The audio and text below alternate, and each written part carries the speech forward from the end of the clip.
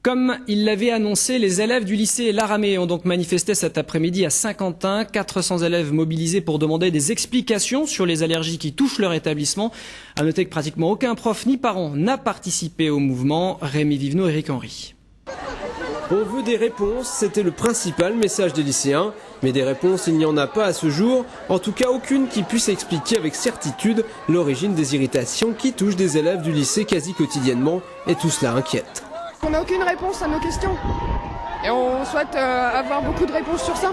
On ne sait pas ce qu'on a en nous et on voudrait le savoir, parce que ça nous inquiète à un bout d'un moment. Inquiétude, interrogation, mais dans les rangs, l'ambiance n'est pas franchement triste.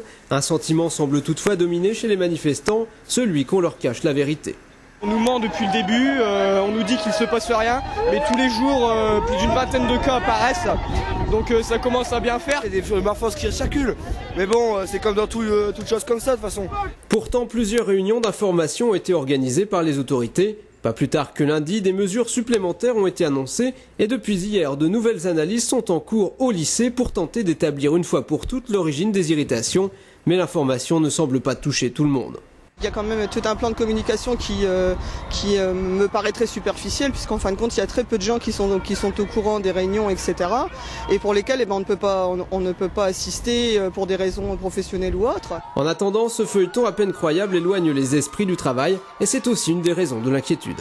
J'ai bientôt le bac, mais j'ai pas envie d'aller au bac avec plein de plaques, comme on dit dans notre slogan. Donc faudrait que ça cesse. Les manifestants se sont notamment rendus devant la permanence du député et ministre de la Santé Xavier Bertrand.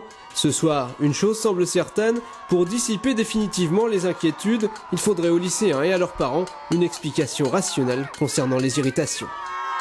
Et une délégation d'élèves a été reçue par le sous-préfet de Saint-Quentin juste après la manifestation. Un vol armé s'est déroulé cet après-midi dans une banque postale de Délicourt, c'est dans le nord de l'Aisne, où plusieurs individus cagoulés sont en fuite avec leur butin.